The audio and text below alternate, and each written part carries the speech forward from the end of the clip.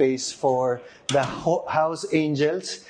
Ang laki ng space nila dito. Oh, super nice. Yeah, you can opt to have an air conditioning here, and then they have their own private bathroom. Kasama siya.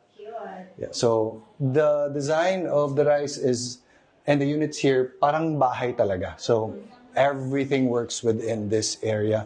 So it's a condo, but the living experience is very much like a house. So ang laki ng spaces. This is about 300, 350 square meters.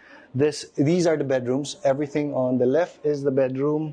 Yes, normal bedroom. Sobrang ganda ng mga finishes. And ang ginagawa namin that you can opt for your finish to be exactly like the model unit. This finish here, the interior design, nanalo tayo ng International Interior Design Award. Yabang. Yeah, sa Singapore.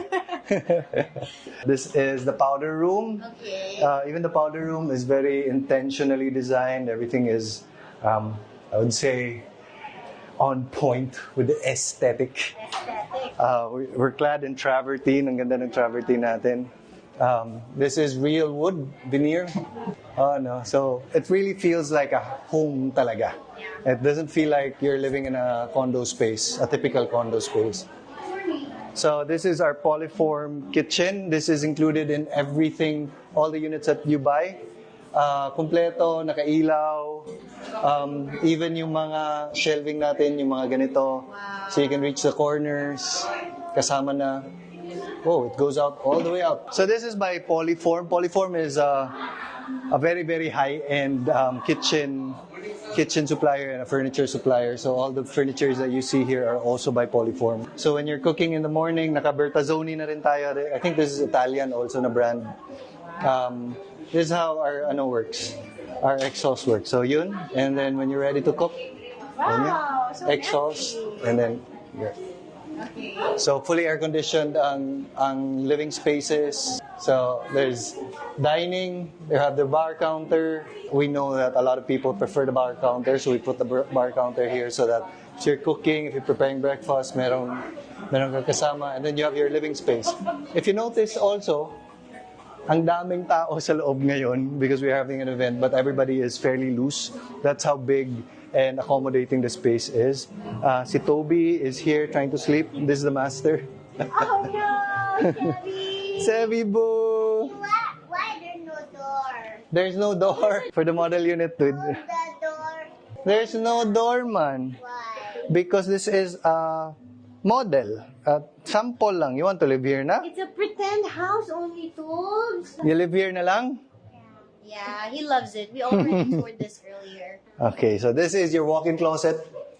Again, everything's included. Kasama na to. And you have a bathtub. I always keep you in mind when we're designing these things. Alam kong gusto mo maluwag, ganun. So, in the future, walang doors lang dito, but there will be pocket doors. So, pocket lang talaga siya. So, if you want it to be free-flowing, pwede. And you have your vanity area here for your makeup. The master bedroom actually spills over to the outdoor. That's your view also. And even on this side, you have a view also. You can have your own indoor garden, kasama.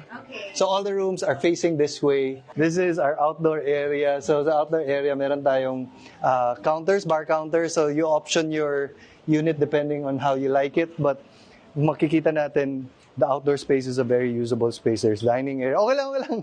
I can imagine if you prefer, pwede mong lagyan ng playground or little play area outside. So, ang ganda. May ceiling fans tayo. May jacuzzi ka. So, there's some units that you can opt for a pool, a jacuzzi. Maganda yung jacuzzi because it gives ambiance. So, at night, it's lit up. So, maganda siya. And then, you have another area here for coffee, for wine. Imagine mo lang chill ka dito, you're having wine at night, sobrang ganda. And here, you can see a profile of the Rise na. Medyo mainit lang, love. Pero, diba? Ito yung what is going to be when everything is completed. Makikita natin yung curves. Very proud of this. Very curvy. So, you have an interior garden, and this